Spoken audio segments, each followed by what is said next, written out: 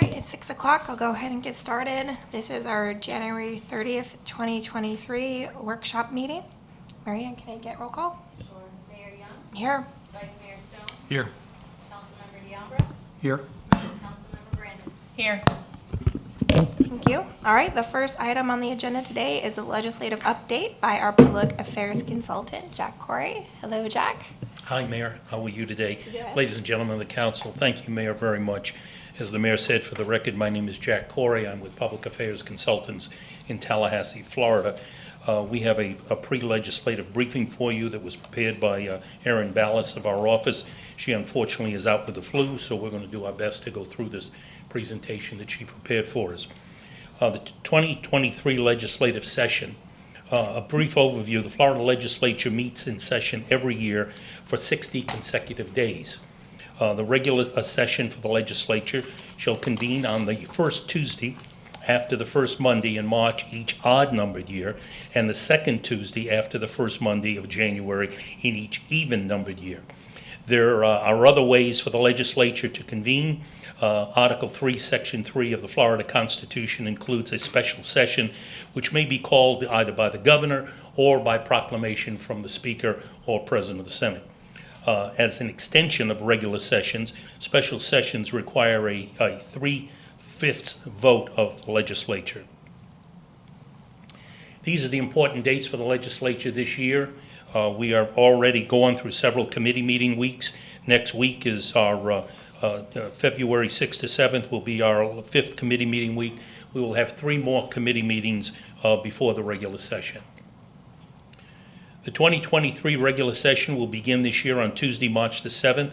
It runs for 60 consecutive days, and the only constitutional requirement is the passage of a balanced budget.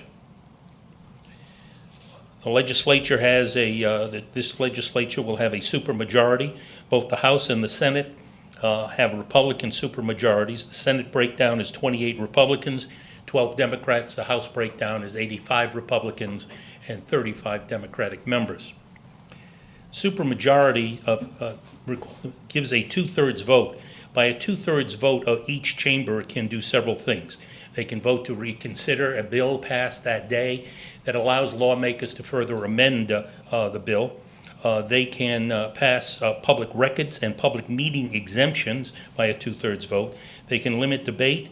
They can also eliminate the need to read a bill for the third separate day, which is required by the Constitution. They can immediately add a bill to the special order calendar for consideration that day. They can also amend a bill on third reading just before the final passage, or take up a late filed amendment that could otherwise be blocked. They can also waive any chamber rules. 2023 bills, there are several types of bills. SBs will be for Senate bills, HB for House bills. Senators can file unlimited number of bills. House members are technically limited to 7 bills. However, the majority office picks up 2 of those from majority members and assigns them. PCBs are proposed committee bills, so when you get your weekly update on bills, you'll know what those are. The President of the Senate is Senator Kathleen Passidomo from Naples. The Speaker of the House is Representative Paul Renner. Senator Passidomo has several priorities: attainable housing for workers, hurricane resilience, wildlife corridors, and another one that's not on there is Senate Bill 170, which was a variation of our local government lawsuit bill from last year. It was on your legislative report this week. Speaker Renner has several priorities also: school choice, House Bill 1, long-term infrastructure, and anti-environmental, social, and government investing. Some of the highlights of the bills that we sent you last week: House Bill 37 by Representative Roach requires financial disclosure for local elected officials. It requires all municipal mayors, city commissioners, elected members of municipal governing boards, and all municipal managers to file an annual financial disclosure interest report, Form 6, for the Florida Commission on Ethics, which is what members of the legislature and the cabinet file. These individuals, you all are only now required to file Form 1, as you know. SJR, which is a Senate Joint Resolution by Senator Oliva and House Joint Resolution by Representative Barrero, is a constitutional amendment on homestead tax exemptions for certain senior low incomes.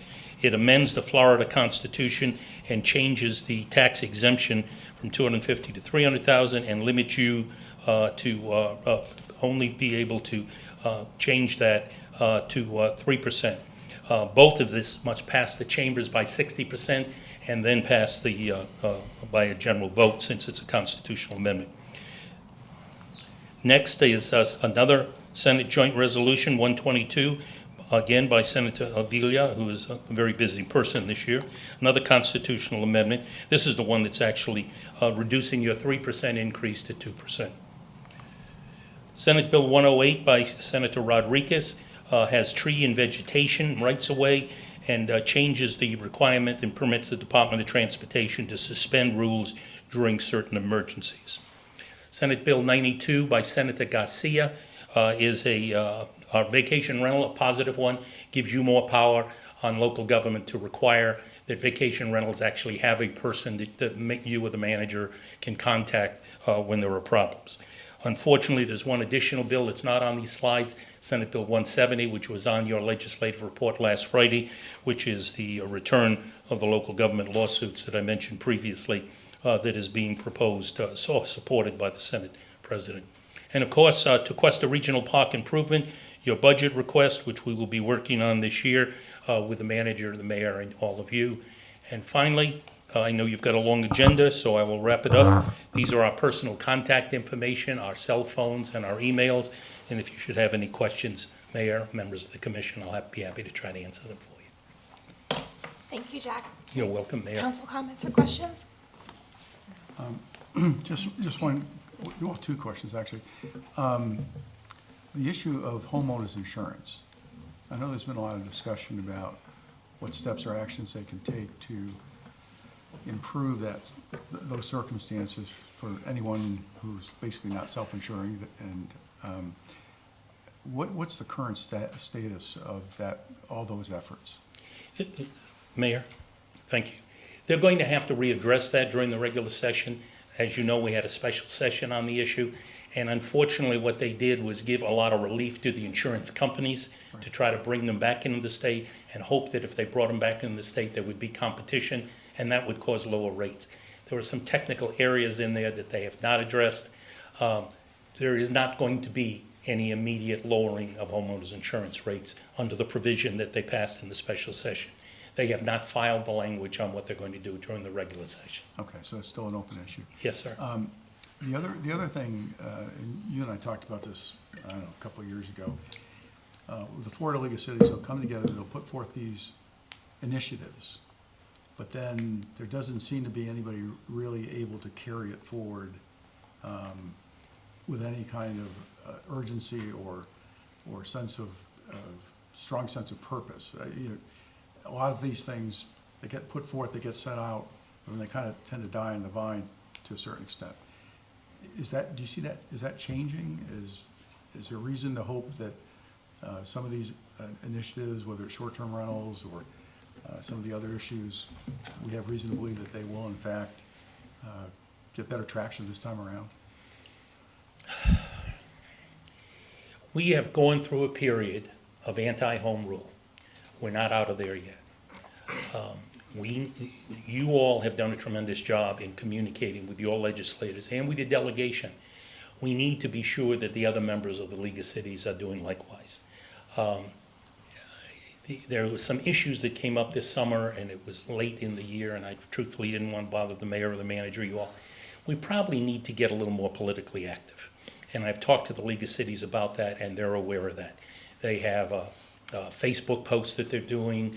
They're now going to try to create a Get Out the Vote Day so that all the cities in the state work on getting out the vote in the fall during legislative elections. We probably need to be more active on that. Yeah, because it seems like when it comes to home rule, when you're at this level of government, you're very much in favor of it. When you move up the chain, if you happen to move from a council to, a representative or to the Senate seat, all of a sudden you kind of forget about the home rule elements and you're trying to dictate things from on high. And, Not sure exactly why that happens, other than maybe a sense that they have greater power and they think their ideas are the best, but it definitely seems to be forgotten that where they came from sometimes. You're 100% correct, and obviously, the government closest to the people governs best. Yep. I had we do candidate interviews. We interviewed about 150 legislative candidates around the state this year through the Florida Chamber, and I literally had a sitting city commissioner in one of the cities that I represent, another city that I represent, come out in opposition to home rule in front of the chamber, and just because he was playing to the business community. Now, fortunately, he wasn't elected. He was in a primary, lost his primary. But I obviously had to go back to his mayor and his city manager and say, you may want to have a chat with him before you send him up to me to try to correct it. And that's one of our big, you're 100% correct, Councilman. That's one of our biggest problems is we're getting people coming out of local government and they forget where they came from. Yep. And they get in the legislature and suddenly they think the legislature has all the answers rather than you who are running into everybody every day at the 7-Eleven or the Publix or the restaurants or wherever in town that truthfully do know what the residents need. You get one or two that go to a legislator and complain about something, and the legislator, especially those that have not served in local government, don't fully understand how close you are to the people on a day-to-day basis. I mean, there are things that need to be uniform, and there's things that clearly are best served. The issues and the interests are not uniform through every municipality throughout the state of Florida. So there are things that do need to be uniform in their approach, and there are things where, again, the purpose of home rule is to allow us to take into account the unique elements of each of our own communities. I couldn't agree with you more. I started my career representing local government a few years ago. We went through a local government study commission the governor had appointed. Professor John DeGroot from Florida Atlantic University proposed that we do away with cities and counties and we literally create some number of square boxes. And I forget the number that the professor came up with. Obviously, we disagreed with that, opposed it, and defeated it. But we're now in a period where we don't have a lot of independent legislators. It's being run top-down by the leadership. If something gets on an agenda in a committee meeting, it's going to pass out of that committee. I don't even ask legislators to vote no anymore. I have a closing statement that I ask them, as it moves along, please talk to the sponsor and talk to your leadership and let's stop this bad idea. And that's obviously what we did last year with the lawsuit bill. And it even passed both Senate and House, but we were able to get 6 Republicans to vote against it on the floor of the House, and that gave the governor cover. I am not confident on 170. If you look at the governor's veto, his last paragraph almost spelled out what is in Senate Bill 170 right now. So we're going to have a very challenging time. I encourage all of you to communicate to the League of Cities to stay active and not sign off on it the second or third week of the session, but to stay active in opposing this. Okay. All right, thank you. You're welcome, Commissioner. Is there any conversation about enclaves and those unincorporated areas to being able to be annexing? The league has a position on it. The manager and I have talked about this in depth. The league has a position in favor of it. There is not legislation filed as of yet on it. Okay. Is there going to be any surprises this year? Yeah, I'm afraid there is. You know, we're in a very challenging time nationally and statewide. And I think, it's tough to predict what surprises there's going to be. That's why we're there every day, every week, whether it be committee meetings. There is not a way to do this long distance. I came down yesterday because Erin notified me Saturday she was ill. The mayor knows what the ride was. She drove it for college periodically. But you got to be there. You got to be on the ball field, and you got to be listening to it. You got to be working with the staff to hope that there are no surprises, that we don't get out to report to you about heads up on a Friday with our ledge report to the manager and to all of you that he sends out. Any rumors or anything of potential surprises? I think this 170 is going to be our biggest challenge. We have not seen anything on vacation rentals yet, except the positive one that I just said to give you more local control. The concept of preemption of everything is just, we're just inundated with these ideas that somehow, because you get to Tallahassee, you've got more knowledge than the 400 cities out there that elected people. And I try to explain to the members, to the legislators, with all due respect, that same great man and woman that voted for them votes for y'all, and therefore you all have got the same interest. But they hear from one or two complainers, and you know the system as well as I do, and they go off half-cocked sometimes. And we try to bring them back and try to educate them with positive ideas that come from you and come from the manager. Thank you. You're welcome, sir. Thank you. Just one comment that you guys could help us with. I know when we heard about the Bill 120 and 122 a couple weeks ago, like right away I asked Jeremy, like, start putting numbers together of what that percentage reduction would cost us. Right. So if there's any bills that start to really make movement, if there's anything we can do, like information, that would be good for us to have at hand, and that way we can talk to Rep. Snyder and Senator Harrell and kind of inform them of why this would be a big impact to us. Because I think a lot of the problem too is when I spoke at the Palm Beach County Legislative Workshop, most of the people, reps and senators up there, had never served on local government. So I offered to them, like, if you have any questions, need local data input, like, please, reach out to me. So it's more, they just might not know either. So I think it really helps if we have the data and we are ready there to support them and tell them what any impact could be to us, so they really realize what these bills could do to our, mutual constituents. And that's very helpful, Mayor, that you did go to the delegation, and not only the two legislators that represent you, but all of the members of the delegation heard that presentation. Okay, that is all I have. Is there any public comment? No? All right. Can I add just one thing? We found out last Thursday from Mr. Ed Chase from Palm Beach County that the Loxahatchee River Preservation Initiative, where we finished number 1 of 9, that we're gonna have to file those separately under the Village of Tequesta. So we will be passing it on to Mr. Corey and trying to get our reps to support that initiative as well. So just that'll be added to our things that we're trying to support. Thank you. What was that total again? 157,000 was our matching portion of that. Okay. All right, thank you. Thank you very much, Mayor. Ladies and gentlemen. All right, moving on to agenda item 2. It's our quarterly update from the Environmental Advisory Committee. So just to kind of set up, Mayor, not to interrupt you, I wanted to ask you and council if you guys would please moving this to the end, since it's kind of heavy, and then we can bump the other 2 up first. Up to you guys. well, let me tell you what my intention was, because Okay. someone's going to be sitting here longer than the others. And for this, there's 6 items on here. We're not going to go into detail on everyone. This is still, EAC requested to do workshop instead of presentation quarterly at council meetings as we originally decided on. So I think that's fine, so we can have a little more back and forth, but it's still gonna be a high level. We're not gonna get nitty gritty. Okay. I think we can go through each item too, and we can say yes, no, if council wants to consider them. And if it's a yes, it can be a simple, it just goes right to council, or nope, this is more discussion, we need a workshop it Okay. again.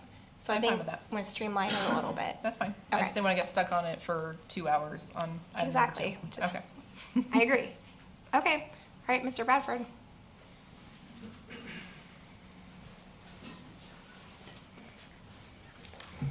So the first item, going per the backup that you have, was the request for pesticide exemption from the state of Florida. The beauty of that is just to simply let the state know that these kinds of protections are desired throughout different places in Florida. However, every city's different. The farming community obviously has a higher need, but for places like Tequesta and Palm Beach, which are surrounded by waters, and in our case, the first designated river in wild and scenic in Florida, we need to take extra steps. And it came out this past winter, I think, that the part of the problem for the starvation of the manatees had to do with problems with the seagrass through glyphosate, meaning Roundup. So there are certain chemicals that we could see based upon our environment that may be important to attempt to regulate but we have no authority to do so at all currently under the state laws. It's been preempted from us to do so. Okay, and so, also I think let's just do our questions and comments individually on each one before we move on to the next. So any, council comments or questions on item number 1? So would the EAC be asking the village to eliminate them altogether, or have a season like we do with the fertilizers? Well, for chemicals that can harm, living things in water bodies and elsewhere, for example, pollinators can be killed by many of the pesticides that are used today in Tequesta residents' backyards. So some of those things do need to be banned on a year-round basis. And, that glyphosate, for example, has been deemed by the World Health Organization to be a carcinogenic cause of cancer.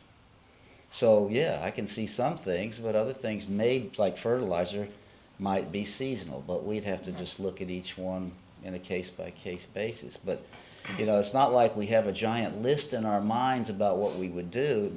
Mainly the backup that I gave you that includes, I showed you an article about Palm Beach doing it. I wrote you a resolution on what you could say. And it would just spread the word both in Palm Beach County to different municipalities as well as to the legislators in Florida that there are places that want to be able to do this in a fair and decent manner to protect the environment within which they exist. Okay. May I add one thing? Yes. To it? At the food trucks, this is the number one comment I get from people, especially new residents that have moved from out of state, that already have things like this in place where they're moving from. They're surprised that we don't already have that and want to protect our, beautiful environment and waterways and things. So this is something that we would be kind of catching up to in a lot of, with a lot of other places. And also, just real quick, fertilizers we can control, it's not a pesticide, it's a different thing. So Tom, this is a resolution to support the granting of, for certain areas, and they'll have to define on the basis or merits of how they make that determination, but an exemption from the current state preemption. So if we pass this, obviously then we've got to determine, okay, how do we actually make that work? Yeah. What alternatives might there be to certain products that are currently used? But is this going to be part of a larger initiative? I mean, are there already conversations underway? For example, you referenced Palm Beach. Okay, is there an effort underway now amongst multiple municipal entities to move this whole effort forward? And have we, in the same thing as Jack's talking about, have we been in contact with our state reps on this particular topic? Because obviously it's great to pass a resolution, but that's only a very Yes, you're very right. early first step. I'm not aware of any great movement to do this. I only became aware of it when I saw the article in Palm Beach. I have not even talked to that town council member about it. I see the beauty of it is, first of all, we don't have a list that we have in mind. If you were to ask me what would I do, I would do glyphosate, and I would do anything that can be detrimental to pollinators, which can affect our food chain. Mm-hmm. Other than that, I have nothing in my mind or a list of any kind whatsoever. It, to me, is just sending a message to let the folks in Tallahassee and locally know that this is something that a lot of people are thinking about, and we might wish to get together on it if enough people will join in the movement, so to speak. And on an actually international, I was just pulling up like the biomedical journal. The USA lags behind other agricultural nations in banning harmful pesticides. So this is something that just as a nation we are behind on. And there is a lot of information about this out there. That again, I think we should be at the forefront in protecting our environment and citizens. No, I mean, I think the resolution is a good idea, and it's similar to what we were talking about earlier, where this is a case where one uniform approach to the entire state doesn't make sense. And there needs to be some flexibility so that, as you outlined in this, we have a very unique environment here, which would require a different set of rules. And so I'm all in favor of it. It's a first step, but again, we need to then think about how do we marshal other people to the effort and get this to the state level and actually make something happen here. So Yes, sir, the and Florida you'll- League of Cities obviously is one avenue, but Yeah. there could be others. If I didn't put that in the resolution, you should add the FLC, but if you look at the details of the resolution, it asks staff to send a copy for the information of the different municipalities in Palm Beach County. It's just a heads-up kind of thing. Mr. Corey could probably tell you today, if it lands in Tallahassee, it's dead on arrival, but but this is just the beginning of a process that hopefully will enlighten some people that different places in Florida need different tools in their toolbox. Yes. Does this impact any commercial entities, or is this mainly just residential? Well, I think the way I envisioned it would be the pesticide, if we ever came up with a list of things to ban or regulate, that it would be applicable to all, both residential and commercial entities relative to their use of those things. Even farming? Pardon? Even farming? Well, do we have any farming in Tequesta? We So, don't. so no, I wouldn't, it wouldn't apply to farming, no.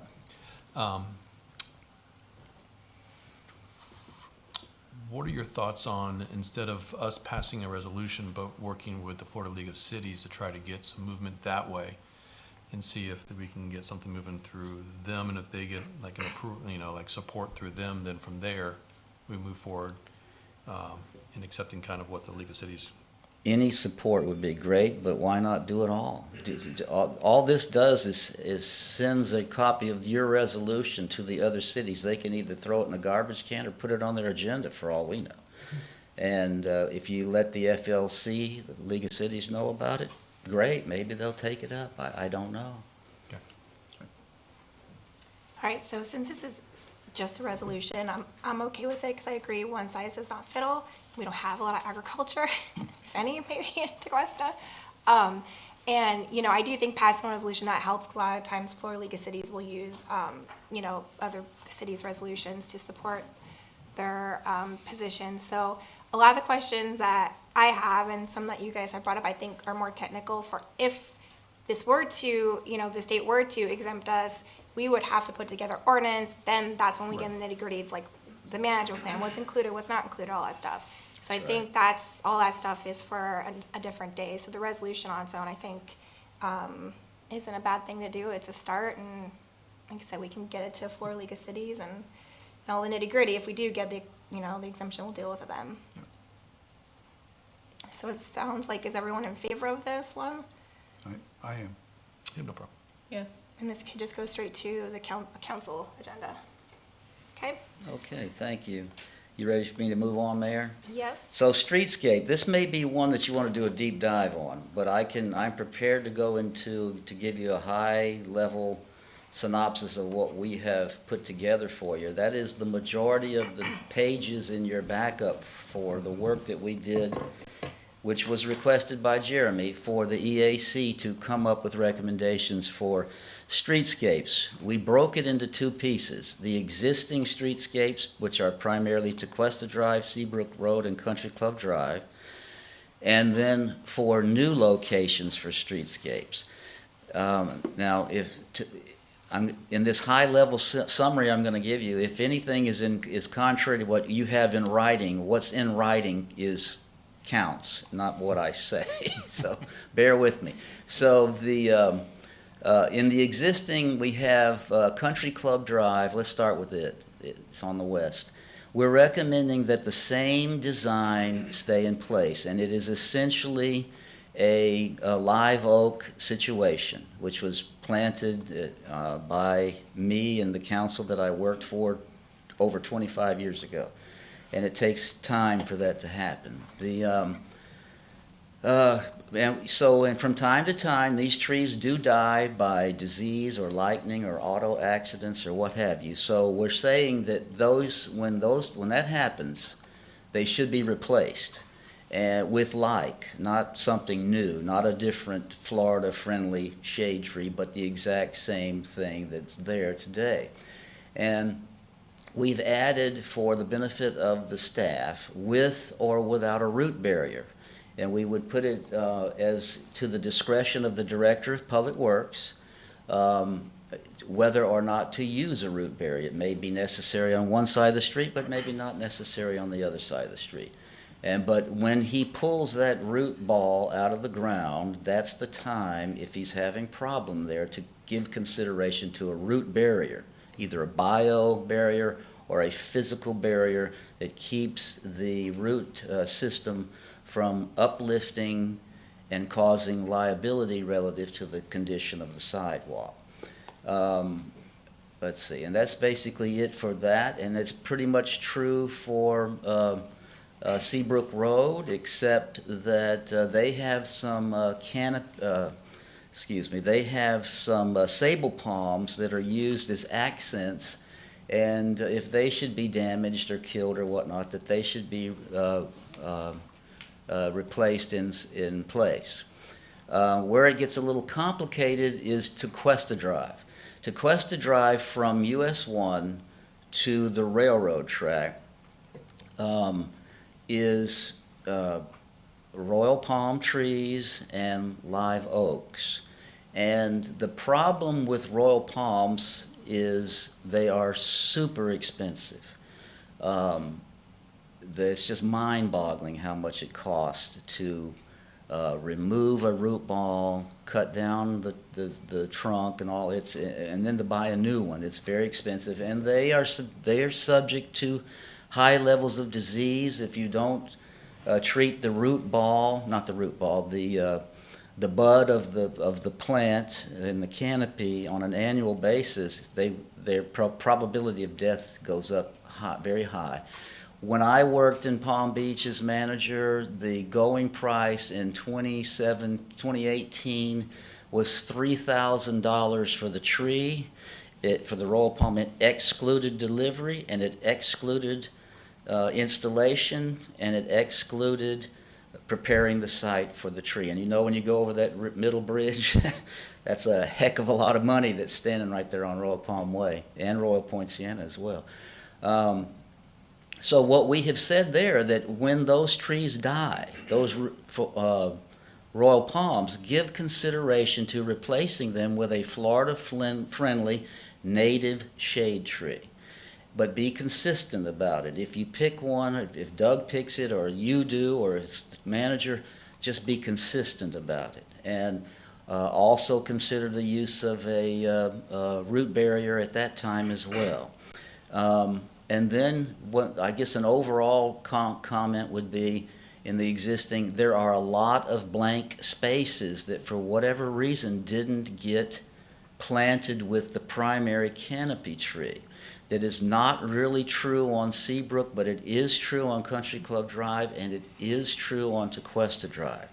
And we would recommend that you get right to it, with a plan to plant some of those trees of a reasonable age and size, so that we can get the canopy in full effect. And by the way, let me say this before I forget it.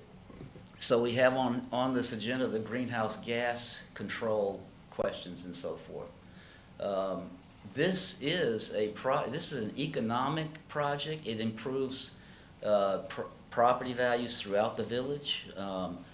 It also reduces, it's the least expensive way to reduce greenhouse gases in your environment. Meanwhile, it facilitates alternative forms of transportation, such as with the provision of shade, people have a higher propensity to walk and to ride a bicycle. And every time a person does that, they are reducing the vehicular trips per mile in your community, which is in our comp plan to reduce and have an effort to make that go away. So keep that in mind, that it is a low cost way of reducing greenhouse gases. For the streetscape section pertaining to new locations, the new locations in order of priority to us are, number one, Old Dixie Highway, from the southern boundary all the way to County Line Road. I'll come back to the content. Number two is Bridge Road from US 1 to Old Dixie. It is the only road on that list 100% under your control. County Line Road was third, okay? And the reason we made it third was currently Martin County, north side, Palm Beach County, south side, are in negotiations for doing an interlocal agreement as to who will pay what for any changes within the County Line Road right-of-way. And that'll probably run from US 1 over to when the thing makes its northern turn towards the satellite dish out that way. So we thought Bridge Road should come there second, because you've got potential development at the Paradise Park site, and it seems like it needs to be addressed faster and sooner than Country Club Drive, County Line Road, which is under negotiation right now. Basically, we're saying, folks, that you need to give consideration to planting shade trees that is sufficient at maturity to shade the sidewalk or pathway and at least one lane of traffic. We did not specify to the degree that we did in the existing. Give the landscape architect the leeway to make recommendations to you. And by the way, under any roadway under Palm Beach County's control, and Old Dixie is one of those, you are required to have a landscape architect. You have to have it for all the paperwork, the design, and sign-offs and everything.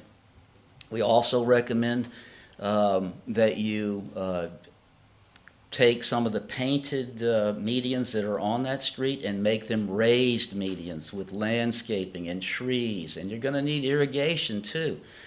And we offer you some alternatives to city water, if you will, for irrigation, wells. And in my conversations with the Loxahatchee River District, they have some capacity to provide IQ water to serve our irrigation needs. You just need a place to store that. Could be Tequesta Park, it could be somewhere place else, but you need a place to store it. Those medians would be beautiful. I've listed those out throughout the report where they could go theoretically. You may not want to do all of them, but you even have room to do some south of Tequesta Drive by the old ugly cement concrete facility. And what else? And for Bridge Road, we basically said, do it the way the Treasure Coast Regional Planning Council said. It's perfect. You just pick your trees in conjunction with your consultant. And that's basically it. I mean, there were some medians on Tequesta Drive that it didn't touch on, but it basically said when the palm trees die, give consideration to putting in some sort of a new native shade tree, basically. So I'll stop there. If you want to, we can come back and go into great detail with you about all of that. But, and then the last thing I would say is funding. What we did back in the day when I was here, we basically created project sinking funds. So, if you priced all of this out, there is no way that you're going to be able to afford it in any one given year. But if the certain projects are high on your list, every year just put it in your capital improvement fund, put it there, reserve it so that it's not touched and not spent, and keep piling it until you've got enough money, and boom, you can do the project. It might take 3 years, might take 5, just do it. Just bite the bullet and do it. So that's all I'll say about that, and we'll do whatever you prefer relative to the streetscapes. Thank you, Tom. All right, I do think this one probably needs, if we want to consider it needs workshopped again. So if you agree, keep high-level comments, and we give staff direction on what to do next. So council. I would be fine with it on a workshop. I do agree with the roads that they chose and the fact that the village only really has 3 or 4 main traveled roads, such as the ones they listed, and I'm including Bridge Road in that for the future. We do have the Adopt a Tree program for inside the neighborhoods, so that kind of accommodates, in my opinion, all the areas. So I'm fine with the roads they've chosen and the way they put them in order, and workshopping this to break them. Maybe have Steve Parker there, part of the discussion, since he's part of our team anyways, and he could be the architect on it, possibly. I like it. I mean, a lot of the things you guys have sought to address are things that I think we've had informal discussions around for years, and the fact that you guys have taken the time and the effort to put this into, I call it a comprehensive overview of what the opportunities are within the village is a great thing. You're right, it fits right into the strategic planning process. You know, one of the things that, depending on your point of view, I'm gonna argue that we're gonna be blessed with is the redevelopment along Beach Road, which is gonna bring in additional sources of revenue. And we've talked about the need to address a lot of infrastructure projects. So, you're right, it's not gonna all get done in any one year, but I think we're in a position, depending on what happens with the economy and everything, but to plan for this, to incorporate it into the strategic plan, and to make it happen. And you're right, it'll be a tremendous benefit to the entire community. So I like where you guys have gone with it, and I like what you've put forth, and I agree with you, Mayor. Let's workshop it and get a little bit more into some of the nitty-gritty details, but you guys did a real nice job with this. Thank you. I would just encourage staff to, they work with Steve Parker and Neil to bring us back something that we could potentially move forward with. Yeah, that was my only comment. I think that's the next step. So maybe have them review it before we workshop it, so. Yeah, we've already been working on that. We're working on a proposal. I think we have one from Steve Parker, Nielsen's putting together. We will have to do some traffic engineering. We'll have to be part of that if we're talking about medians and that portion. So, I think we probably got 50 to 70% of that proposal together, and so, that should be coming soon. Probably by the time we get on a workshop, we'll have that number. Okay, so we can add that to our ongoing workshop list. My only other questions is kind of relevant. Refresh my memory, didn't we approve funding for the first phase of some tree canopy enhancement? So there's 2 parts to this. We have $37,000 that we had for planning of this, which I don't think is going to get us there, but we do have $75,000 for a beautification tree canopy project too. So there's 2 parts to it. So where do you think that'll get us by the end of the fiscal year? With that, was it just on Country Club? We can get some planning done. I mean, I couldn't imagine us getting to where we're planning stuff by the end of this year, but I mean, we'll see. We can push as hard as we can. But the problem we have with Country Club, Tequesta Drive, is that we have a water main project starting, and so it's not recommended that we start planting trees in those right-of-ways while we're doing those projects. So I think the first project that would be good would be like Old Dixie, and that's what we're working on currently. I do think that we could probably fill some holes in Tequesta Drive where we're not doing the water mains, but that would be our first obligation, is those water mains.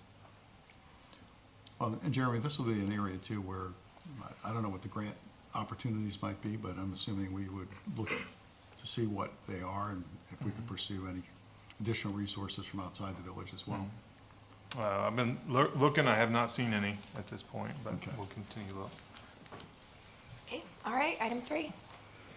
The next item is the Village of Tequesta greenhouse gas inventory work that was done primarily by ICLEI. It's ICLEI, which is an international group that works with local government to address greenhouse gas and carbon reductions.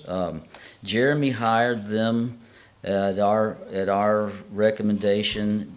We really wanted access to their software, the name of which is escaping me at the moment, but it was all designed to facilitate local governments identifying where the greenhouse gases within the community were coming from. And it's broken into 2 pieces. One is the community at large, and 2 is the organization, the municipal corporation, Village of Tequesta, our government.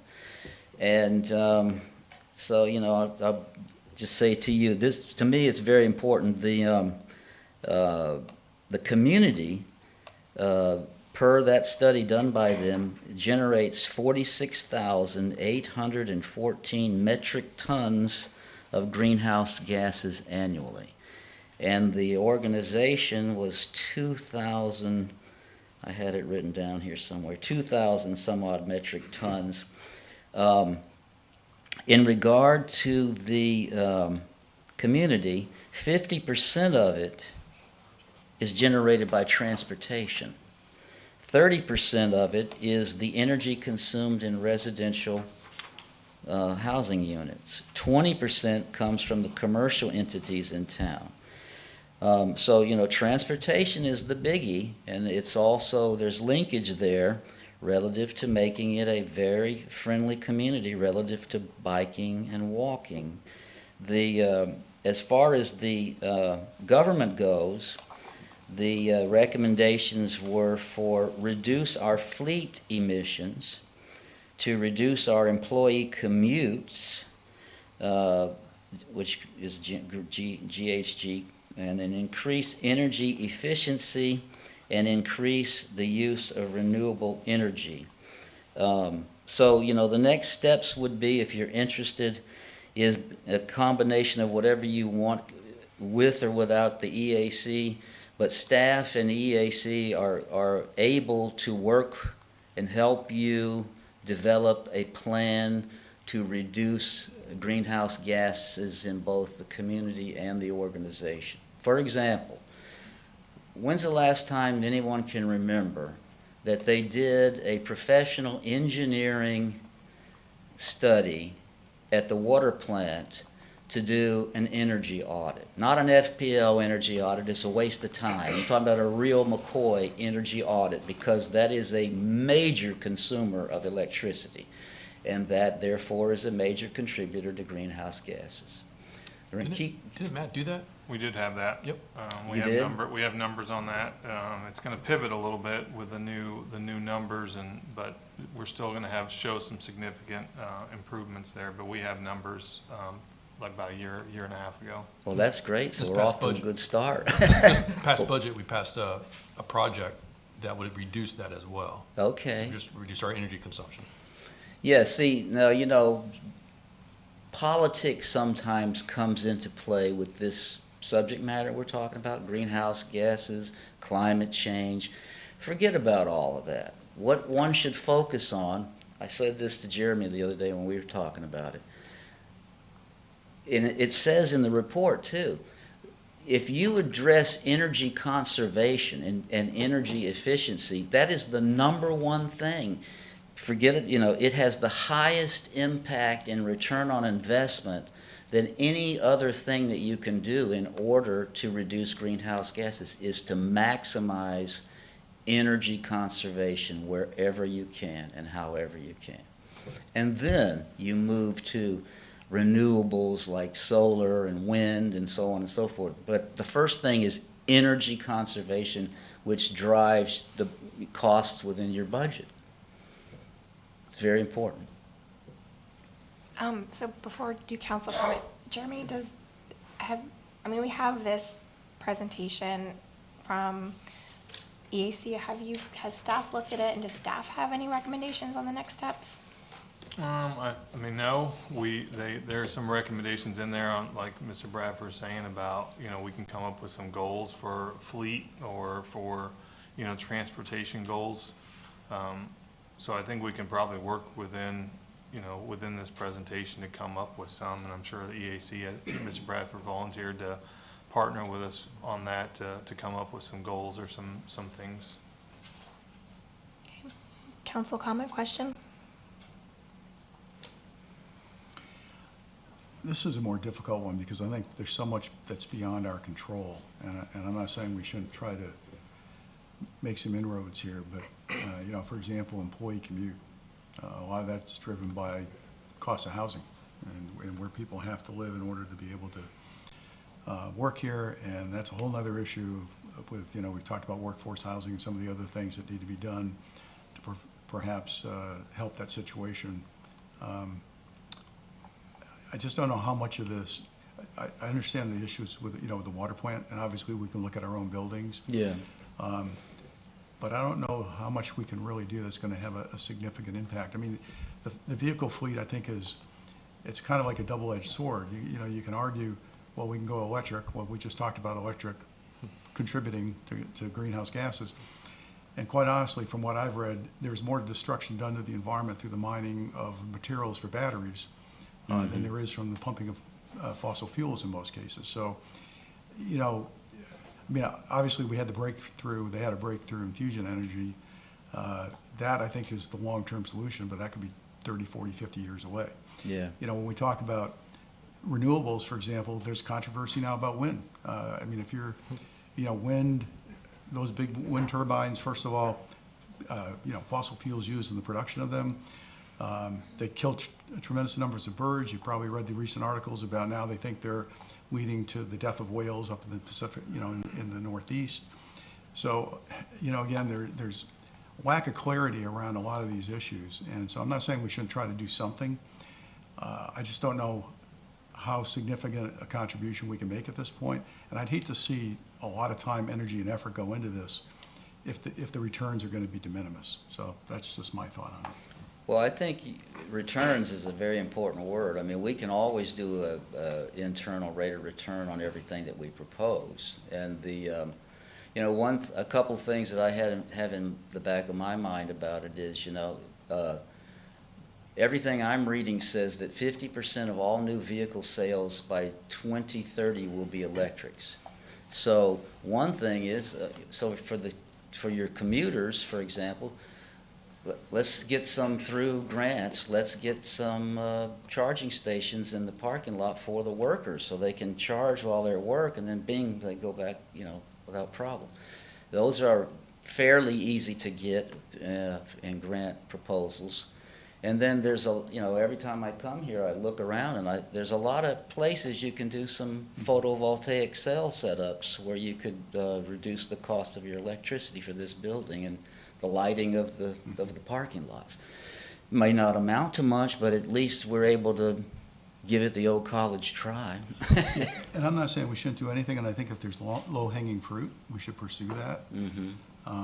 But I would hate to see this morph into a huge initiative, and what we end up saying is, well, there's some low-hanging fruit that we can easily identify. Let's just go after that and get that done, and then let's see what the future holds in terms of, you know, technological development as we move forward. Yeah, that's... My concern would be the reliability of it at times too. You know, it's one of the, other than what you've mentioned. I mean, we talk about our power plant, the plant to produce all our clean water. You know, that's backed up by two main sources of power lines coming into it, and Yeah. a couple big generators too. You know, I would hate to see us put solar up there and all of a sudden we got a cloudy day and we can't produce water. Yeah. So obviously that's not what you're requesting, but those are the things I think. You got to be take into careful. Your point consideration. is you got to be careful. Yeah. Yeah. It doesn't lead into that. But I think as a village, I think we've done a very, very good job of looking for opportunities to reduce our expenses and justifying that repair or that maintenance or that improvement doesn't add an exorbitant amount of costs unless you're gonna get that return. So I think the managers and the village have done a great job of that, and I don't know that there would be anything necessary to add more emphasis behind this. I think we're already doing all this. Yeah, I mean, I think I disagree with low-hanging fruit because I think that's not going to make as big of an impact probably. So I focus on the local government inventory results, our buildings and facilities, and our water treatment plant cause the most emissions. So I think those you should focus on. And, you know, I did have a note with the wastewater, our water treatment plant has the most emissions on the chart of everything, every category. And I know, I think, if I remember correctly, originally Matt had told us it was like around 500,000 in savings on our electricity bill, and then like 144 tons of carbon reduction. So I'd be interested to get that data and see what it does to that number. And I personally think, like, focus on the categories where it's actually going to matter. Okay. I mean, that's, again, return on investment primarily. That's what I meant by low-hanging fruit, by the way. I agree with. Oh, I thought you meant like easy, like we can throw in a No, car charging station. No. Okay, sorry, I The water misunderstood plant you. is unquestionably, you know, is a meaningful initiative, so. So maybe, staff, do you want to you guys can look at it, come up with recommendations, and we can workshop it again? Okay. Can I just make one comment? Yes. too? Because I think that it's wonderful that we have all of this as a baseline, and we were so excited to have this. And I think that there are so many things out there, you know, I know I'm looking up the Greenhouse Gas Reduction Fund, where there's so many things where initiatives are out there to incentivize local governments or nonprofits or whatever it may be to continue making these steps. And there are students that study this, and having a baseline is a wonderful place for science fair projects or for further, you know, educational opportunities for local kids even, you know, and I think this is really such fantastic information that we should continue to try to foster the study of how it's progressing, or keep an eye on it and try to encourage whatever we can do, you know, because there are people that are very interested in this for our future. And it can also serve as inspiration to residents and other communities. Like the town of Jupiter already reached out and wanted to see our report, and they're going to bring it to their environmental advisory committee, so we can inspire. It's exciting to have. And also, I think we're giving a short shrift to the work that Lynn Britt has done. She worked on this for a year. It's, yeah. The amount of time she put in, and I wish she was here. I asked her to be here. She's not. But, you know, Tequesta is one of 22 cities that was awarded a scholarship to enter into the Florida Race to Zero. She's got a lot of contacts. I'm sure she worked with Megan Houston. It's a shame to let this pass by as window dressing. We've got an inventory, so EV charging stations, encourage renewable energy sources, maybe like solar on roofs. It's not that difficult. And again, there's students out there that would, you know, there are people, you know, yeah, we really, this is worth, I think, investing our time and energy into, because this is the future that we're moving for. What is the update on the Florida League of Cities Race to Zero? Because that was separate from this. I can get you an update, I'm not sure. Okay, thank you. All right, moving on, item number 4. No, is that right? Smoking ban at Tequesta Park and Beach. So House Bill 105 went into effect on July 1, 2022, allowing cities to restrict smoking in public parks or on public beaches, except for unfiltered cigars. So the cigar contingent had something to say about it, so that still can be done. But it bans smoking. I listed all of the things: reducing of plastic pollution. You know, some of these things are made with plastic, prevent cigarette litter, et cetera, et cetera. And the cover emails, let's see what it said here. 6 litter environmental problems were provided to you. And then we gave you the ordinance template in Delray Beach, which they used to do that. And it's a lot of cities in Palm Beach County have done it. And we think that would be, you know, it'd be good to do that, because, you know, parks and beaches are supposed to be healthy places of activity, and people smoking, that just doesn't seem like a good idea. Council comments, questions? I only had one question, Tom. Coral Cove Park, which is owned by the county, well, actually, it's a 2-part question.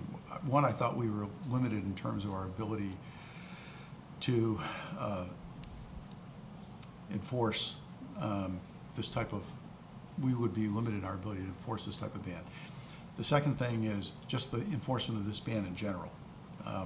What kind of, it's great to say we're going to ban all this stuff, but, you know, are we going to have our policemen and policewomen out there? I don't think so. I think No, a nice little sign at, say, Constitution Park entrance places, when you walk to the beach, a little sign, we'd have to coordinate with the county.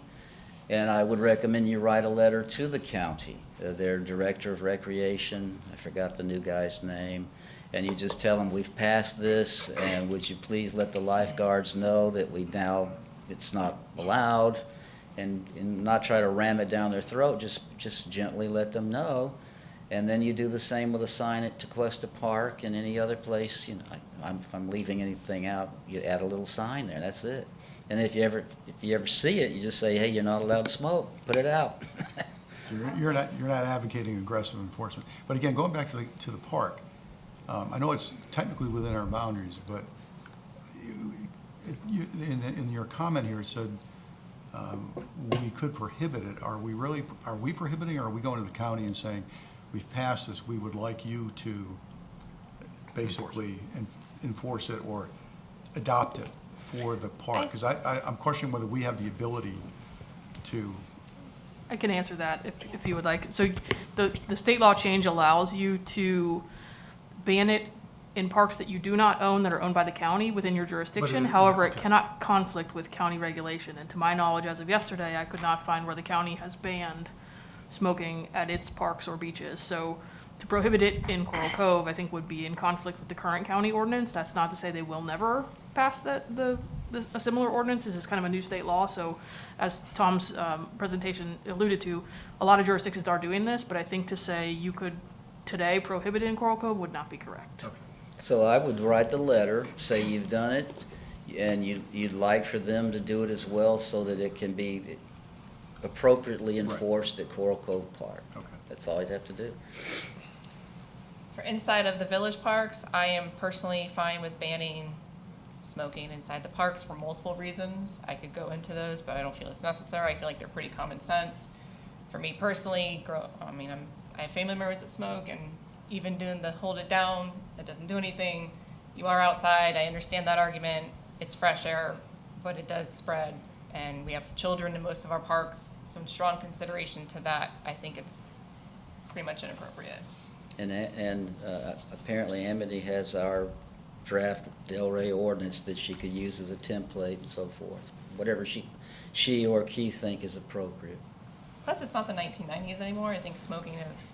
Pardon? It's not the 1990s anymore. I think smoking isn't as popular as it used to be, especially in our village area specifically. Yeah, Pay attention to our people when you're out and about. I wish it was that way in the 60s and 70s.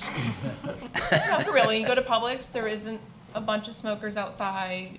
If you pay attention to your shopping centers, you can kind of get a feel for how many smokers you have in the area. And I don't feel the village is really in a smoking frenzy area, so I would be fine with doing what we own. No, but we had an incident where there were people at the banyan tree, and our kids were trying to play, and they were sitting at that bench, they were just sitting, smoking. I mean, they were like, it was horrible, and I felt, if there had been something there, the kids would have been able to play, but we couldn't even climb the tree because of the smoke that's just billowing in it, and you ended up walking away, it is, even in that open of a space, it was terrible.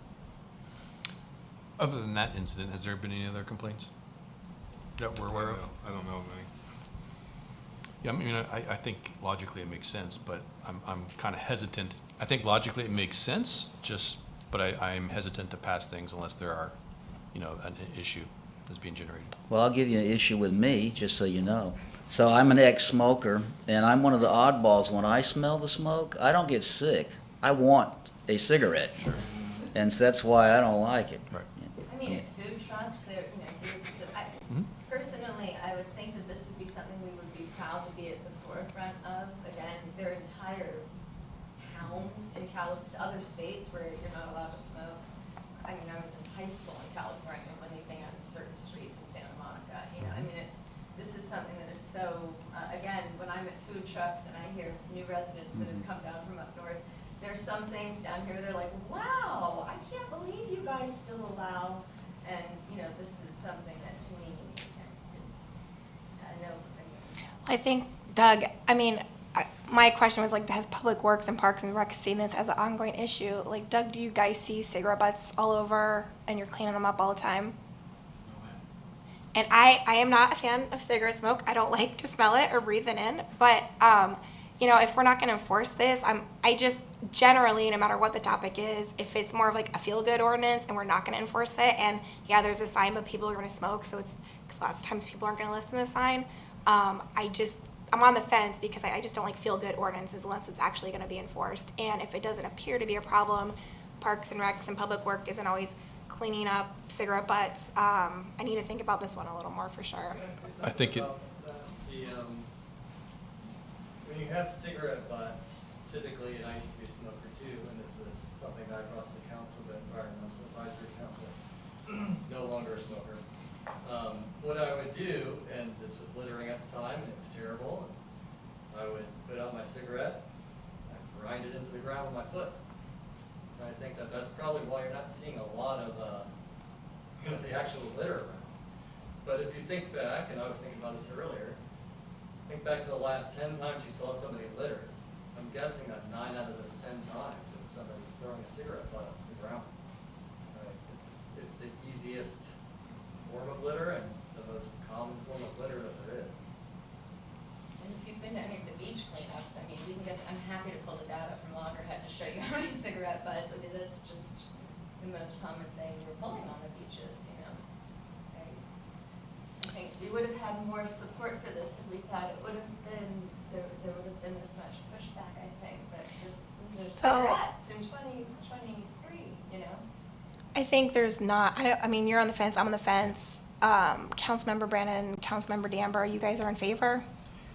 I would be in favor if it was an issue and the police needed an actual way to say and show that person, no, we don't allow it. Because we've had issues where in the past, if there's not a sign and an officer shows up and they're trying to enforce something, but then someone says, well, I didn't see a sign or I didn't know, and where does it say that? So if it becomes an issue, I would be in favor of at least putting it in place. It would give some authority, either to our Parks and Rec or whatever. But without that, it's kind of a he said, she said thing. But, you know, that's really where I'm at. If it becomes, I know it's not a huge issue. For me, again, it goes back to common sense. If you're at a park with a bunch of kids and stuff running around, I mean, don't be walking around smoking. But then if someone needs to ask them to please put that out, Okay. where is The enforcement. anything in there to allow Parks and Rec or police to say something? And that's kind of why I'm on the fence for or having it in place for enforcement if needed. I think it would add to our sign pollution that we have, Maybe of it's adding a too thing. many signs all throughout the village. Councilmember Danber? You know, there's always a balancing act between personal freedom and restricting certain behaviors, but, and it's somewhat ironic because at the same time, people are, I mean, we don't really, you know, people can drink. At the same time, we're trying to reduce smoking. You've got huge lobbies that are pushing, you know, for freedom with marijuana, which is not only consumed through gummies or vapes, but also through smoking. And marijuana is not exactly a healthy alternative there either. So, but having said that, you know, we lived on the beach for a year and a half, and I'm going to agree with you, Jessica. We saw, I wouldn't say cigarette butts were the thing we saw the most of. It was still more plastics, but we saw plenty of cigarette butts too. And we used to go out there, my wife and I, we'd take the grandkids and we'd go out there with little bags and collect stuff off the beach. So this one's a hard one for me because I am a big personal freedom person, but I do think there is merit to the concerns that you raise in terms of the potential impact. And I agree, if you've got people that are smoking and you're at a park and you've got kids, right now, there's nothing you can do. You can ask them politely to say, please don't smoke, but there's nothing that says, that limits their ability to do so. And I think from the standpoint of just looking out for the interests of the children, while this is a difficult one, I would probably come down in favor of this. Okay, so remember in a workshop, we're at a stalemate, 2-2. Does this go forward to a council meeting or no? So I think historically you need consensus to move it forward to a council meeting. So if you don't have consensus tonight, you may want to set it for another workshop and have additional discussion with additional information as you see fit. Something else could be table it and see if the county, because like you said with the beach would be exempt right now. So maybe we could table it, and if the county passes something, and bring it up again. Well, the other thing too is we're going to have two new council members seated who may have different perspectives on this issue. So I would table it until the new council is seated, and then I would bring it back up in a Yeah, workshop. maybe put it on like May, Jeremy. Okay. Like a poll too, maybe you can just ask residents and see what they, what their thoughts are. Well, that gives us time in the interim to actually speak to people too and get their input. Okay, moving on to item number 5. Okay, I'll try to go faster. Next one's artificial turf. Okay, the EAC outlined the pros and cons of artificial turf. We found 2 municipal ordinances that we focused on, Palm Beach and Winter Park. We know the following: Palm Beach, West Palm Beach, Wellington, Boynton, Boca, all currently regulate artificial turf. We found information from the town of Jupiter that they're in the process of giving consideration to regulating it, because a staff internal thing that I put in your backup shows it's headed for their environmental committee for a recommendation, I think. So we concluded that the Winter Park ordinance was so onerous that it was written so that no one would ever have artificial turf. You nor I would ever apply to have it in that community, because a perpetual liability would lie with you, and it was a mess. So believe it or not, Palm Beach was actually much more reasonable than Winter Park. We recommended that ordinance as the format, and here's what it covers. It's applicable in all zoning districts. It requires a permit, okay? Staff reviews the application, and they can make a site visit if they feel it's needed. And why would that be? It may only be installed, artificial turf, in limited areas visible from the public right-of-way, meaning primarily a side yard. Or no artificial turf can be installed in the right-of-way. A swale is in the right-of-way, by the way, to keep that in mind. And no front yard installation is allowed at all, except for as an accent for a driveway that may have big concrete block things, you know, and they have that fake green in between the blocks. Artificial turf is counted as impervious surface, and it shall not count towards the required landscape open space requirements of that particular zoning district, and artificial turf material must be lead-free. So that is the one that we recommend to you, is the bullets that I just read aloud, is the essence of the Palm Beach ordinance. Okay, thank you. Before we start, I do think if we are in favor, this might be one to workshop more, and I think maybe, again, landscape architect should look at it, our landscape consultant should look at it, and then any impacts that, this could have on the building department too, because they'll have to add it to their review process, permitting and stuff. So just want to give that feedback before you guys comment. I agree with your thoughts. I don't have anything more to add to what you just said. I've got one comment. Would the EAC have a recommendation on whether they would prefer artificial grass or a nice green grass lawn that's been fertilized and pesticide on it? Real grass is always preferable to me, and I can't speak for the others. The problem with artificial turf is... Sorry, I don't want to interrupt you. I got a note from a resident. They can't hear you guys. If you guys want to go to the podium, make comment. Just real quick, I mean, the problem with artificial turf is beneath, the soil's compacted, so it becomes, it's a runoff problem as well, so. I was also Don't disagree. Also, just going to point out that it's worth looking into. Boston has banned it in their parks because of the forever chemicals. Utah and Nevada are planning on banning it in the entire state by 2026. There's a lot of information out there to, support why it is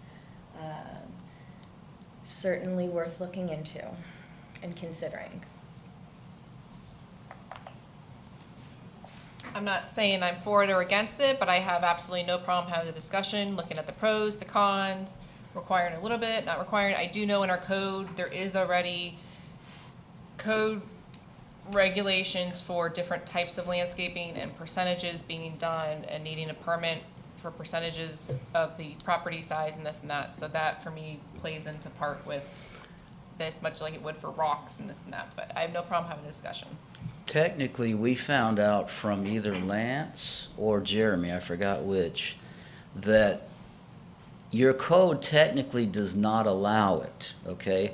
But why we went to this extreme is it needs to be out there very clearly delineated so that landscape architects, purveyors of artificial turf, and homeowners can clearly see that you either allow it or you don't allow it.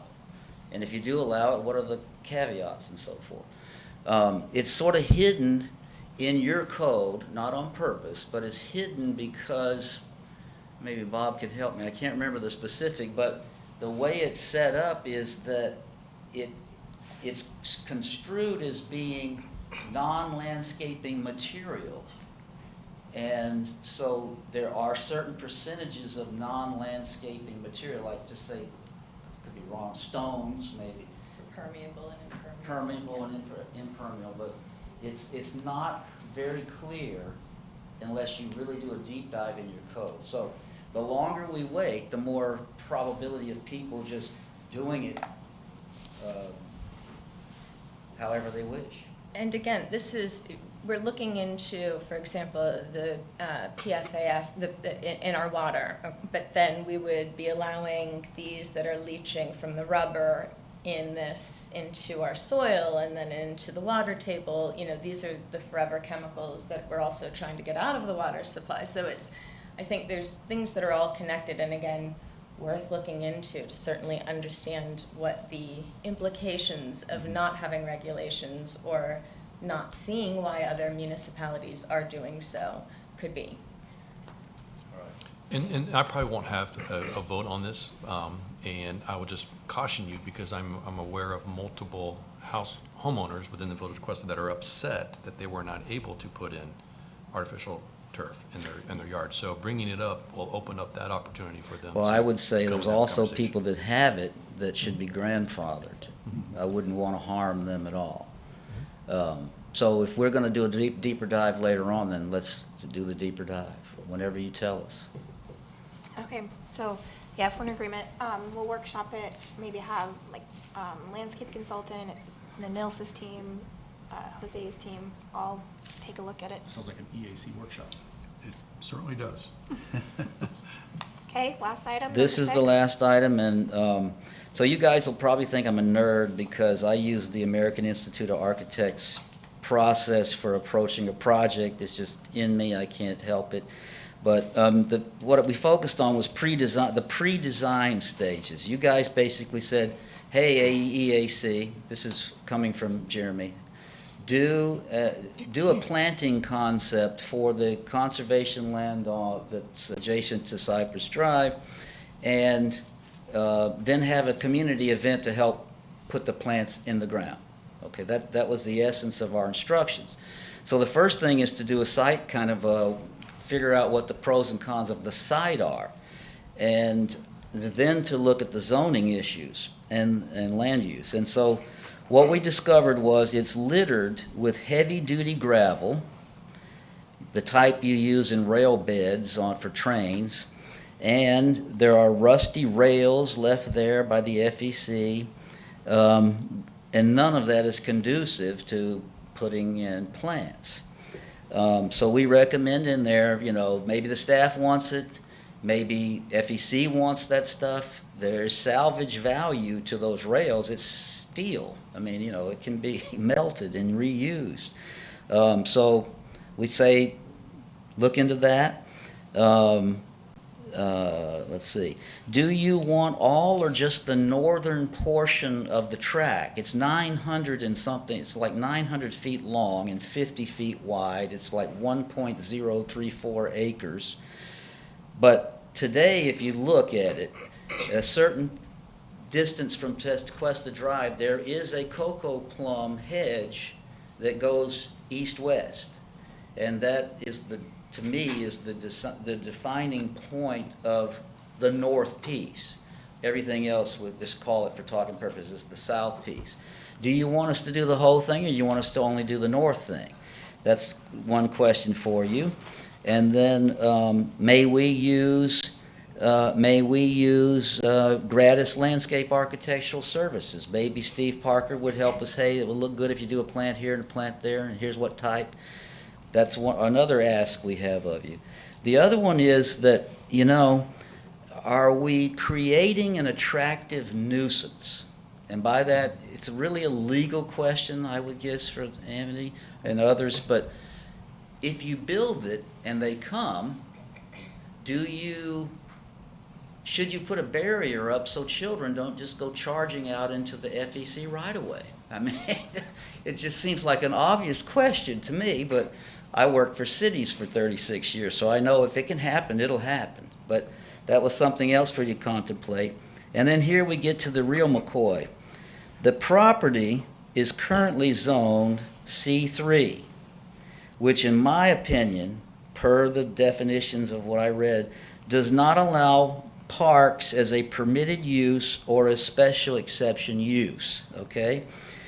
In addition, the most recent future land use map shows the land as being recreation and open space, which is good if that's what you want to make it. But to me, there's a conflict that has to be straightened out. And then, so I have one solution is to add public parks as an allowed use by right in C3 district or as a special exception use. Alternatively, one can rezone the entire parcel as being R/OP zoning district and deem the current project as being a recreation facility or conservation area, both of which are allowed in the recreation open space zoning district. That's it. Okay, thank you. Council comments, questions? Again, I think this is worthy of further discussion. To your point, Tom, I think I'd be, just right off the top, I'd be in favor of incorporating this into C3 rather than rezoning the entire parcel.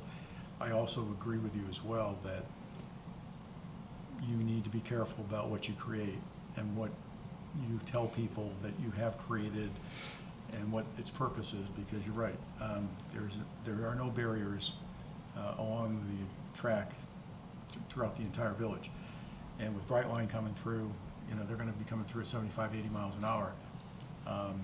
So if a child happens to wander over to those tracks, the reaction time to get off those tracks again is going to be a lot shorter than it is today. So that is another consideration I agree that we'd have to look at as to how do we make sure that if we do something along these lines that we take proper precautions to not expose the village to legal liability should something occur, that we didn't do the things necessary to, make it prevent or do what we could that was reasonable to prevent something like that occurring. So those would be my thoughts.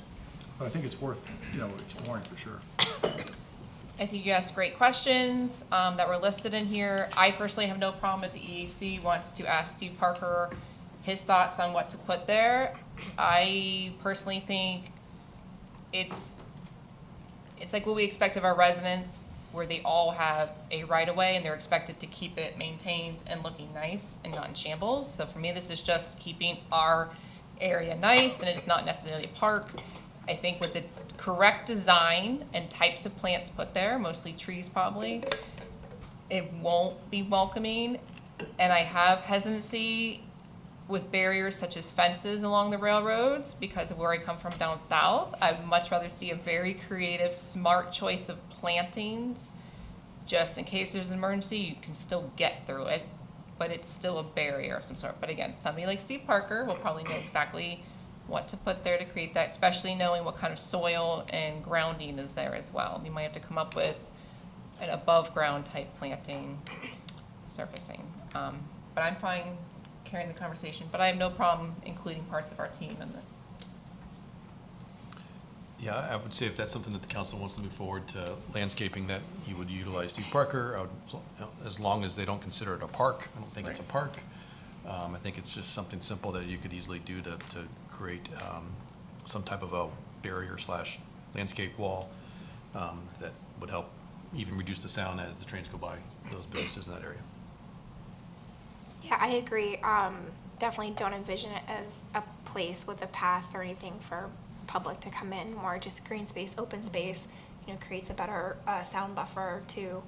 And yeah, I think the next step, and Jeremy, if staff had any other recommendation on this item, but I think maybe having Steve kind of review this and get his thoughts.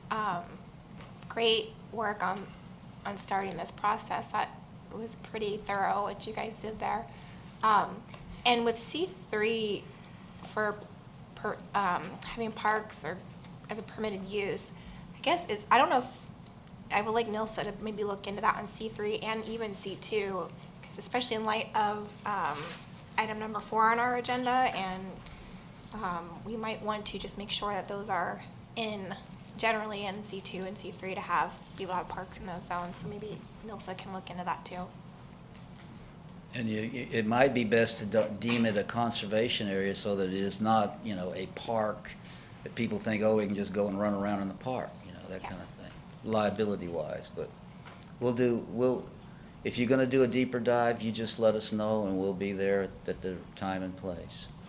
And I've already put together an extensive list of grants and resources that we could use to get the plans and funding for certain things, and local groups that might be willing to volunteer time and efforts to help do things. So, Great.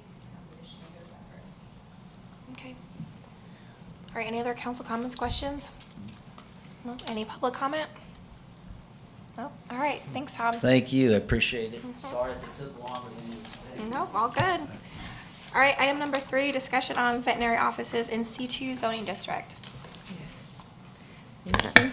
Madam Mayor, council members, as the memo that is attached to this agenda specifically indicates, the currently veterinary office are only permitted in the C3 general commercial district. There's the map showing where is C3, where is permitted, and so the discussion of this agenda item is with regard to permitting the use on the C2. So the C2 is all the red areas on the zoning map. For purpose of background, in 2013, the village adopted Ordinance 1513, which made veterinary offices a permitted use in the C3 general commercial zoning district. So also there is a definition with regard to was included veterinary office on that ordinance. And if you look at closely, there is on C2 there is a definition of professional office, which excludes veterinary office. Specifically, that definition, and is there, C2 zoning district allows professional office, which excludes veterinary office. So it gives a number of description, commercial, mechanical, and then at the end, that definition specifically says, this definition does not include veterinary office, nor does include healthcare facility or medical or dental office. So in 2013, there was this ordinance that specifically indicated that vet office will be only on C3. And also the same ordinance that is attached to your package put together, propose a definition of veterinary office. And this is the important part. The current definition of veterinary office, like showing on the screen, says veterinary office means a state licensed facility for the medical and or surgical treatment and care of animals. Such facilities may include 24-hour emergency care and or animal boarding associated with medical or surgical treatment. However, any such boarding must occur inside the facility, period. General boarding that is not associated with medical or surgical treatment is prohibited. And then the last paragraph says, veterinary office may include an outdoor area to the rear of the facility for the walking of dogs or other animals receiving medical or surgical treatment at the facility. So, in summary, the existing code for veterinary office has considerations for animals needing an outdoor area for post-medical treatment. So, and as you see on the zoning map, please note that the C2 zoning district consists of various shopping plazas, and if a veterinary office are permissible in this district, then plaza will need to provide an outdoor space for this post-medical treatment. So those are the facts with regard to this use. So please let me know if you have any questions. Thank you, Nilsa. Is there anyone in the audience that has interest in this that might want to talk to us before we speak? Yeah, if you guys are okay with that. I'm fine with that. Hello. First of all, I'd like to say thank you for considering this. As you know, the veterinary field is rapidly evolving, and our ability to provide a high standard of care has really, really evolved. And we are very, very blessed in our community to have several 24-hour specialty hospitals within a very approximate range of us. So pretty much the standard of care has become that of if you are providing surgery or hospitalization of critically ill animals, they tend to get transferred overnight for care anyways now. Very, very rarely does overnight care occur at a general practice setting anymore. Also in Palm Beach County, we're abundantly provided many, many, many daycare facilities. So I do not think that several veterinarians are actually starting to get rid of boarding altogether and focus more on medical services, as we have so many amazing facilities that offer that service. So, yeah. Anything else I should add? Can you identify who you are? Oh, yes. My name is Miles Valley, and I am a resident here in the village. I lived here for 10 years and would absolutely love to provide care to my family and friends and neighbors. So would be very honored to serve here. Thank you. Anyone else? My name's Bruce Prince. I live at 70 Fairview East here in Tequesta. I'm the owner of the building that she's interested in purchasing for the use of her veterinary clinic. I had a couple of different offers on it, just to give you a quick history and stuff on it. They were equally the same price. And the other offer that I had was a business that would not require any type of exceptions or any kind of changes or anything like that. It would have been a quick, easy in and out. But I decided to come to an agreement with Miles in lieu of the other client, because of the fact that I felt like that she would bring something to the community that is needed, number one. Secondly, they are local. They live here in the community.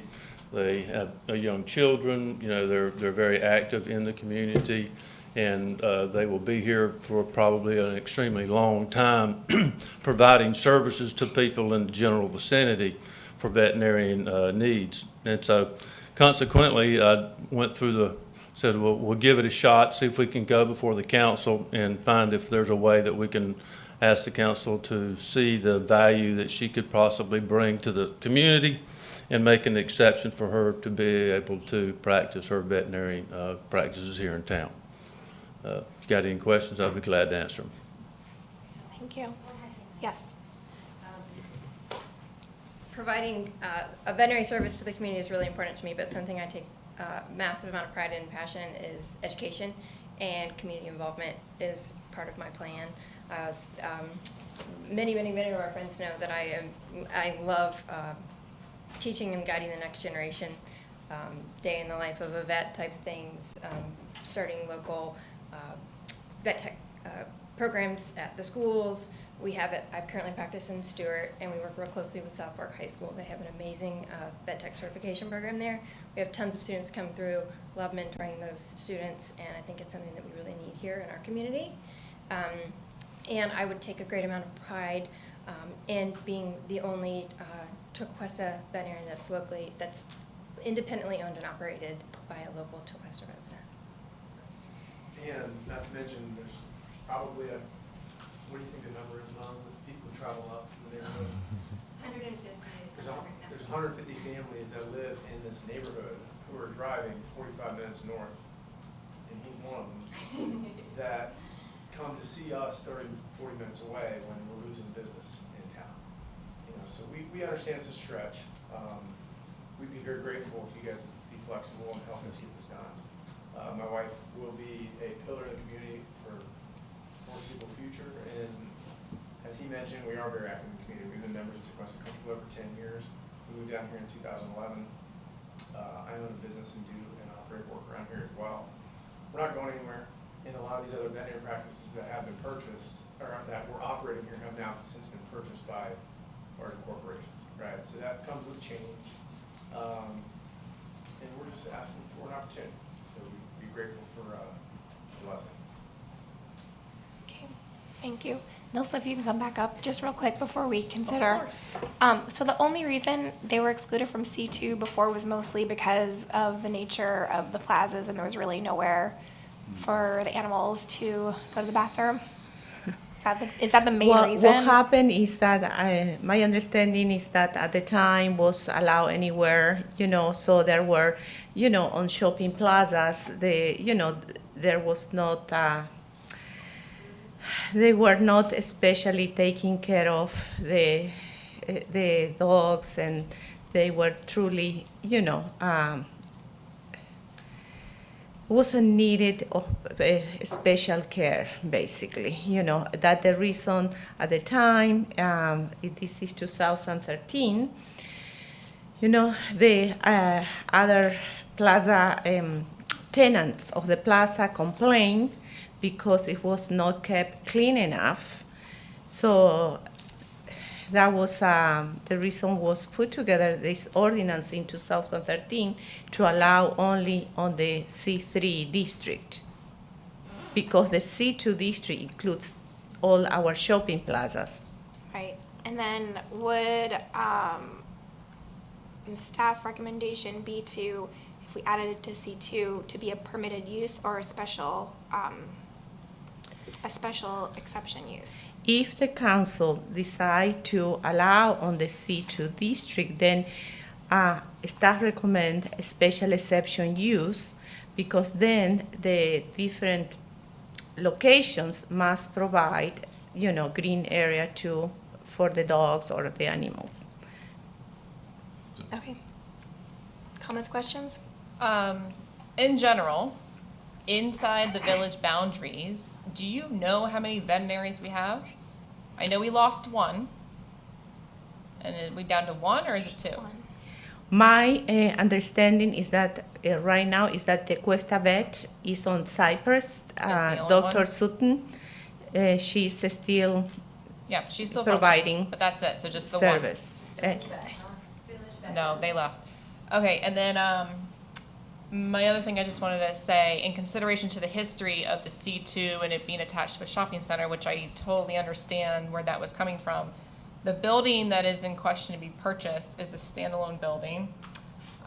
So for me, the owner, if it's a veterinarian, does have control over what's happening on the property, and if they do choose to put a small green space in to accommodate animals, which I personally have experience with, that don't like to go inside, or they need just a spot, I would be open to seeing that. But for me, because it's a standalone building, I would consider it. I think that's a point, if we want to consider it, why they're recommending putting it under a special exception use. So Yeah. then we have that discretion. Yeah, but for me, that's I can't talk about the specificness of its own building and property. I'm okay with that for right now, because that owner property is to be responsible for that entire property, not a shopping center shared with other and attached to others. So I will hold you responsible. Yeah, going back to 2013, I mean, the C3 approval came about because we had a specific request to locate that practice within that district. which at the time was not permitted. So we did make that change and we put it in place. But I agree with what's been said. I think as long as we do as a special exception, so that we're able to take into account the specific circumstances where somebody is seeking approval. Going to some of the points Lori made, I agree with the things she had to say on this. So, yeah, I'm in favor of this through the special exception route. For many reasons, it makes logical sense that it moves forward. And I think that we should continue to move forward with it. I'm okay with the special exemption. I think that makes sense to protect future locations. Yep, me too. So, I guess bring it to council meeting. Well, it'll go through LPA and then it'll LPA, circle back then to you guys council. unless there's True. any reason why you want to see it at a workshop. I think it sounds like it's think pretty so. good consensus to move forward with that, so we'll go start it through the process at the next process, next time. Okay, all right, public comment? Also, one more thing. Not only could be a special exception use per council direction, also when we do text, we can look at closely with the legal counsel to even put a specific provision with regard to standalone buildings or shopping plazas, because we do have other provisions, for example, for place of assemble. If you are in a standalone building or if you are part of a shopping plaza, there are different considerations. So we can look much deeper into the use and the possible location of that use.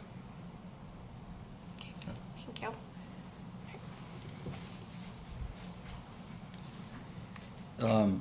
I'm not sure a special exception is sufficient enough to do what you're thinking about. On North Cypress Drive, which is where I heard that this was emanating from, literally every one of those commercial properties on the west side of North Cypress Drive abuts a residential property on its western border.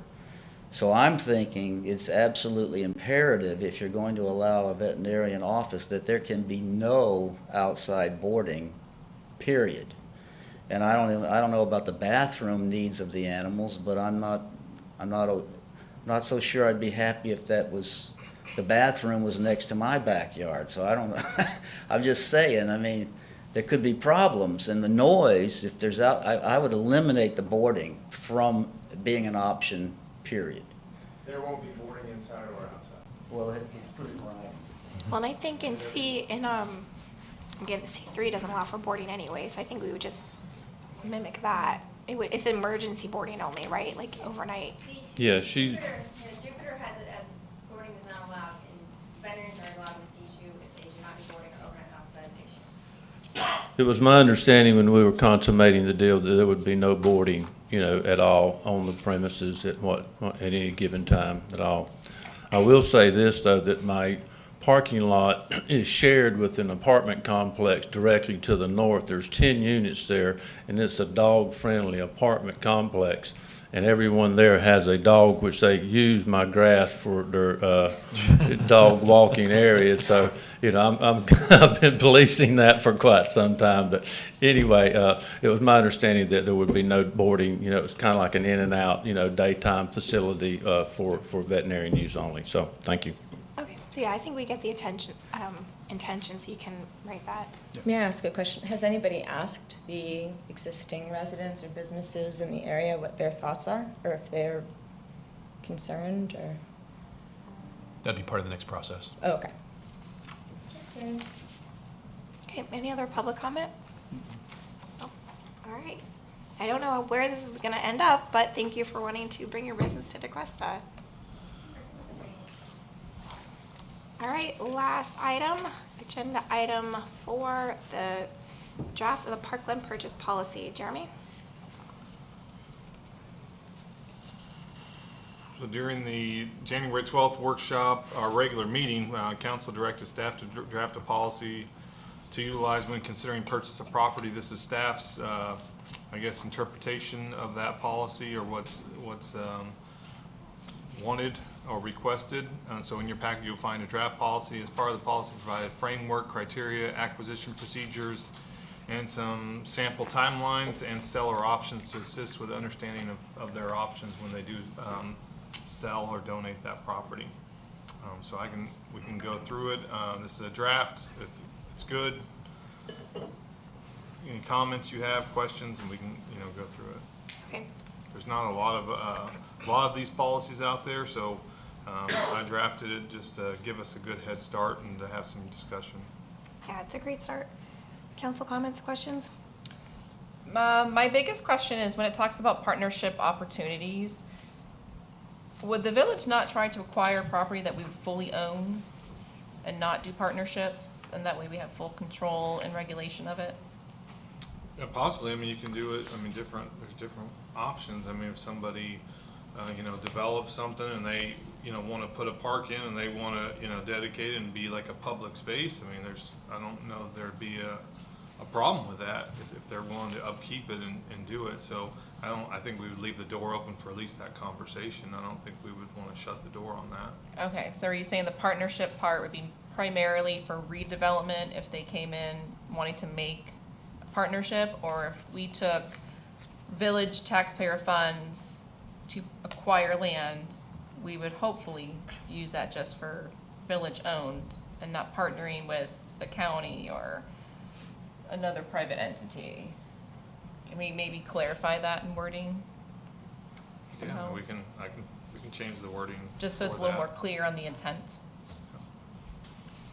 Because I always, when I was thinking and looking at our border maps too, some of the pocket areas that might come up in the future are very close to other areas or might be unincorporated. So I just kind of wanted to figure out a little more clarity on where that wording was going, so we have a better plan in the future if we go to acquire something.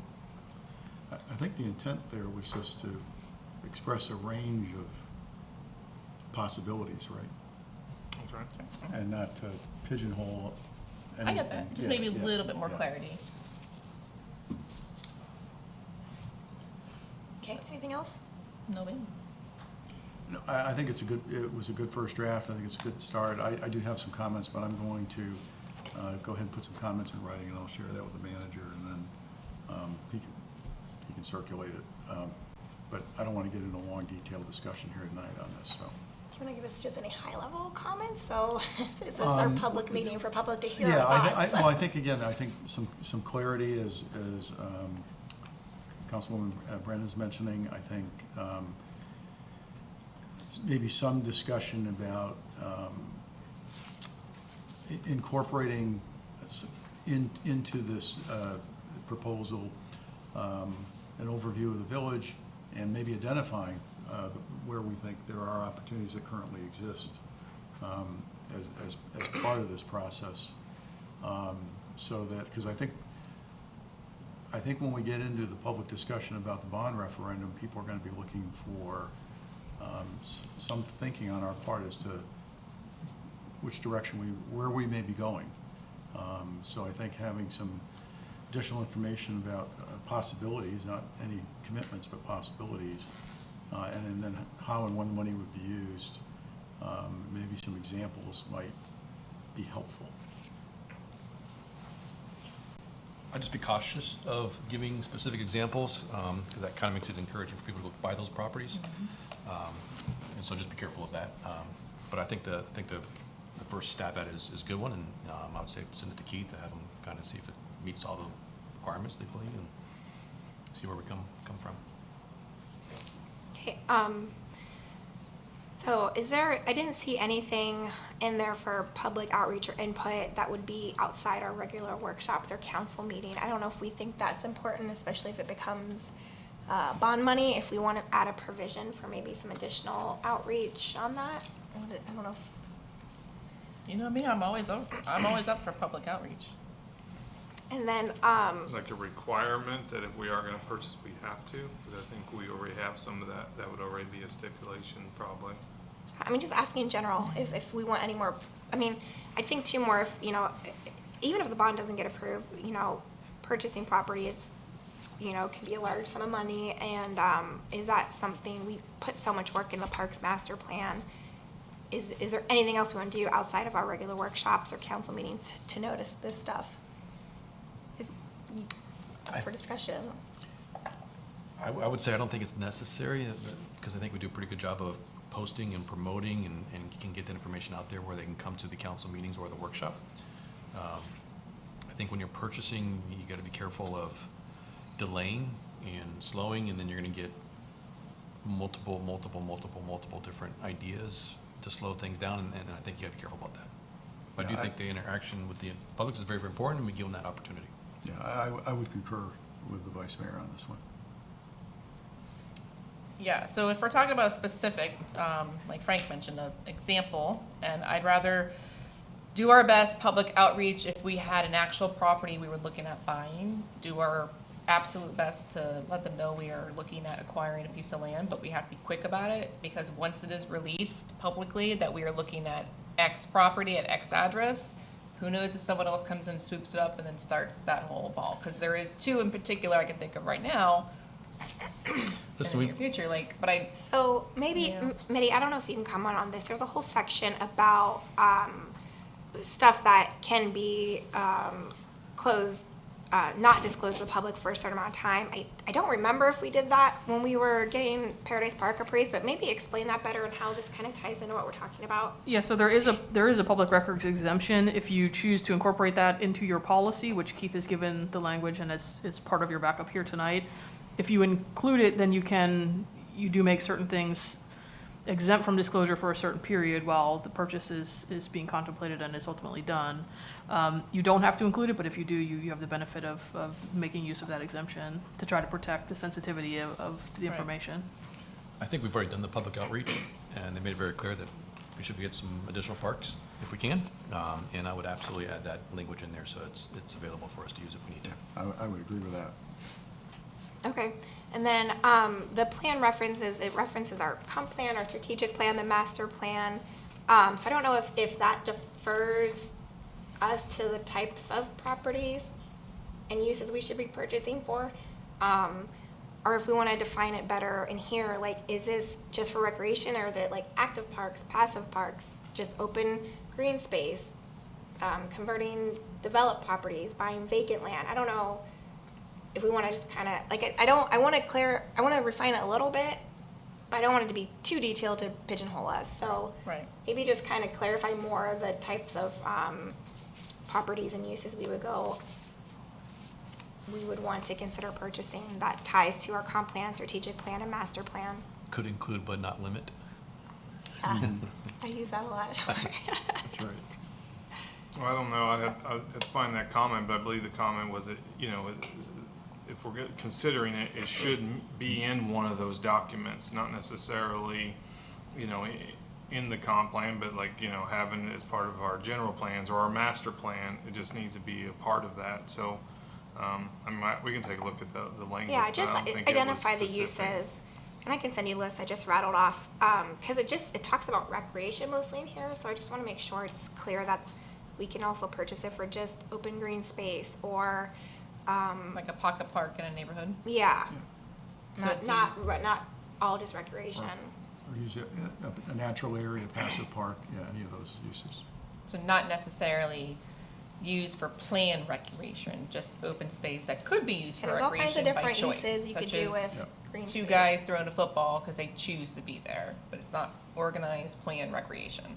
Yeah. Gotcha. Yeah, we have some conservation type land in here as a consideration, but if you want to look at some passive park type language, we can include that too.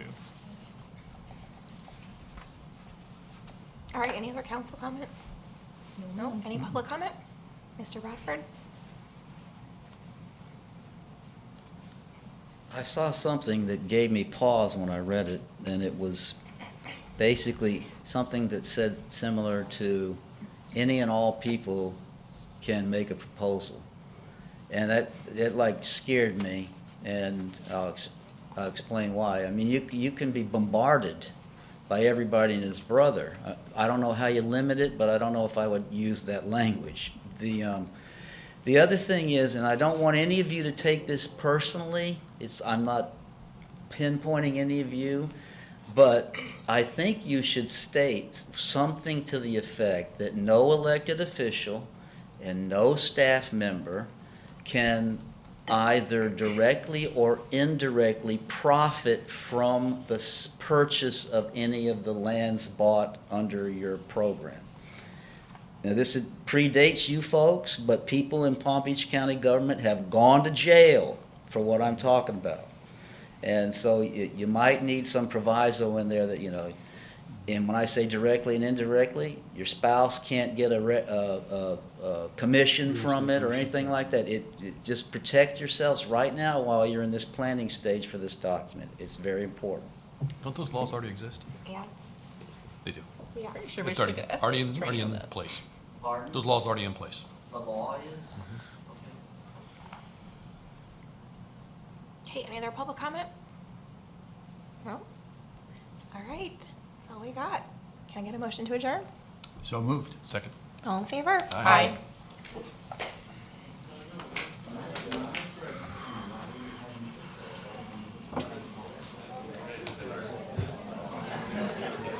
What'd you do? 22. It's over. Pardon? Yeah. Oh,